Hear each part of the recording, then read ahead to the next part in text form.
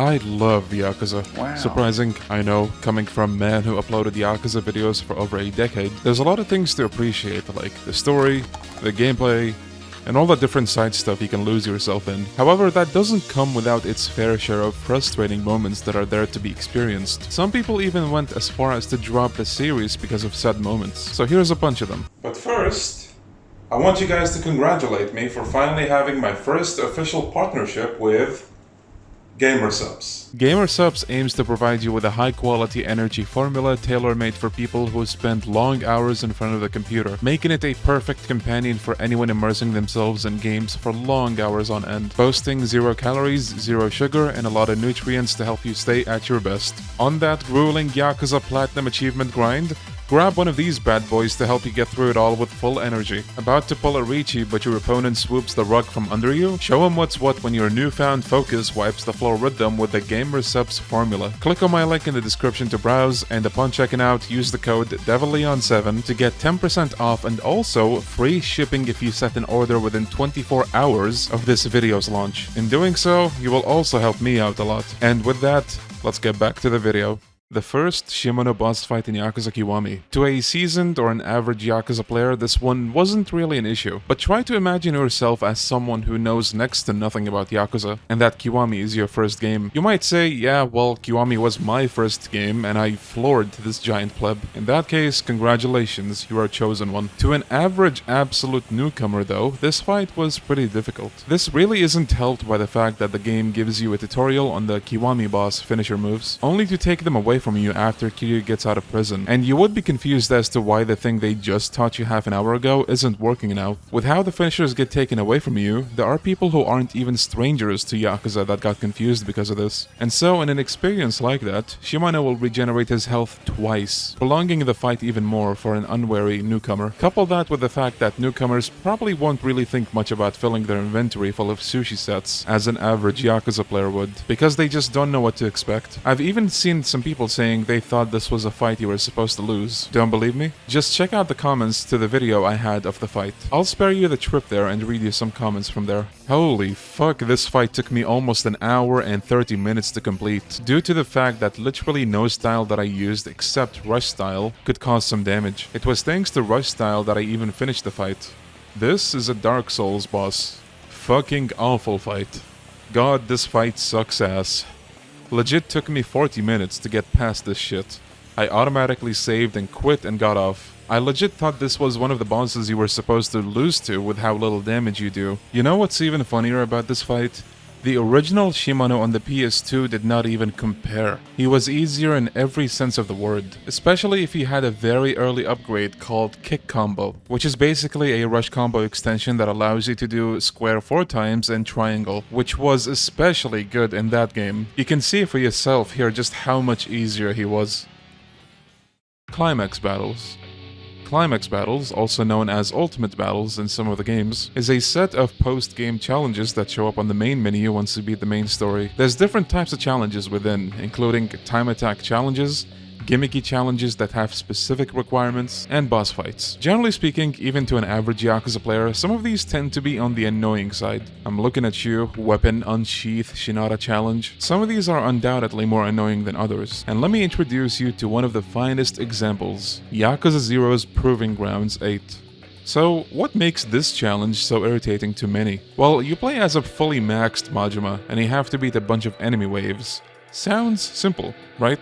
Well, not exactly. You have a major handicap of being under the effects of a drug that changes your style every few seconds. And on top of that, your health gradually and constantly decreases, meaning you will have to deal as much damage as you can before you run out of health. Of course, an average player may not know all of this, but there are some things that can make this fight easier, like using heat actions as much as you can, which will temporarily stop the health decrease. And there's also a cannon that you can use, but the tricky part about that is that you can only grab it when you're in thug style. Slugger and Breaker don't allow you to pick up weapons. So there's some RNG involved there. Some people under the comments section of my upload of this particular challenge went as far as to say that the developers are sadistic and that they don't even try their product before pushing it out on the market. And others even wished harm upon the developers. Insane. Here are some comments. Whoever designed this should be skinned alive.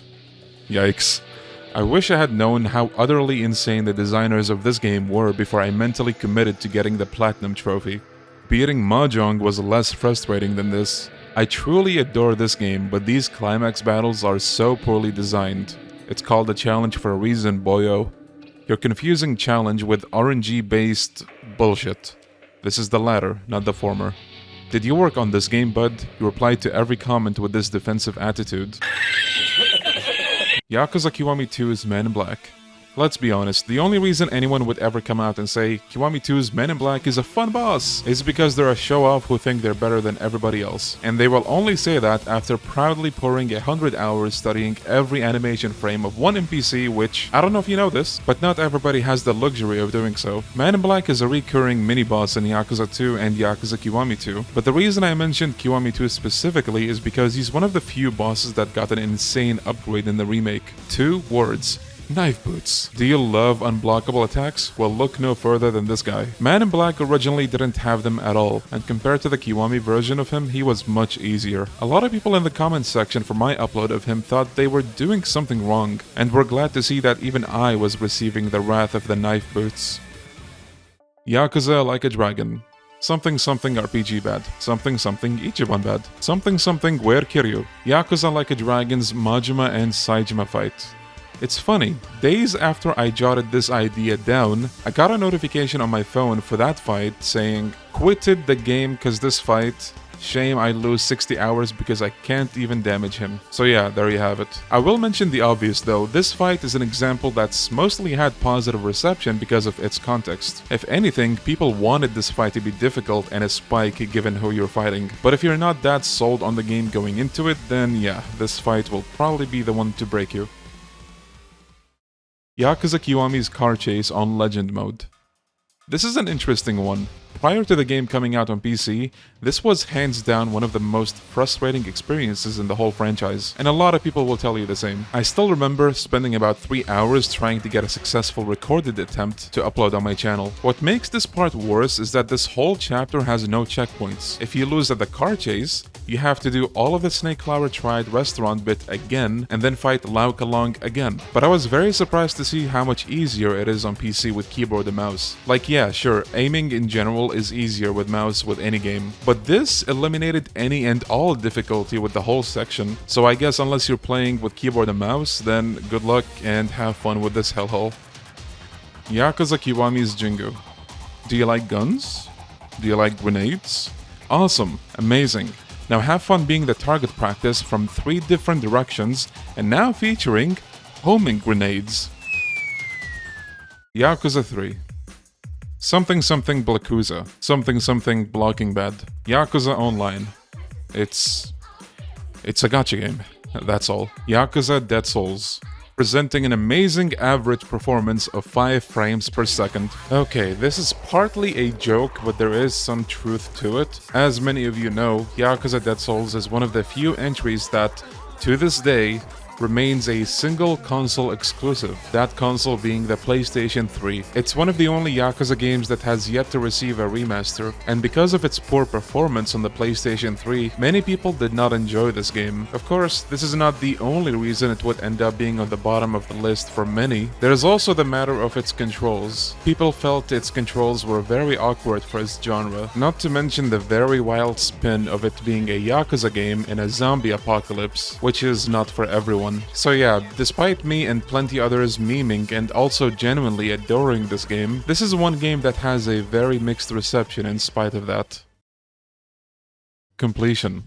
So this is something that a bunch of other things that I mentioned can go under. The Yakuza games, including the Judgment games of course, have completion lists where you can keep track of certain tasks that you can do if you want to hunt down the Platinum Trophy and do everything there is to do. There are so many different aspects of completion that some find frustrating more than other people do. And that includes some arcade games like Puyo Puyo, some gambling games like Mahjong or Shogi, or it could be something like Climax battles as we mentioned earlier. The road to completion in these games differs in difficulty from one game to another. with some being easier than others. Out of personal experience, if I tried to go for 100% in each of these games, I truly think the last upload on my channel would probably be something along the lines of 5 years ago. I'm glad I don't feel the need to get all the achievements, because even for achievement hunters, this can be a very mentally and physically daunting task, easily requiring over 100 hours of time investment. And that's it for this video, folks. Hope this was a nice little fun ride that you enjoyed. What moments do you think I should have mentioned but didn't? Go ahead and let me know in the comments, and we'll see just what kind of thing I missed, and maybe we can even discuss similarities and differences in our opinions. I know the following is something that can easily be just said and shrugged off almost as if it's mundane as breathing, but I truly do mean it when I say thank you for watching. I really appreciate every single viewer out there who decides to go on youtube.com and just click on a random Devil Leon 7 video and choose to listen and hang out. It means a lot to me, and of course I also thank all of my Hannya members for their constant support. I'm always just grateful for everything that they do for me. I hope you guys have a wonderful rest of the day or night. Stay safe, stay hydrated, and take care of yourselves. I'll see you next time, whenever that is. Bye-bye.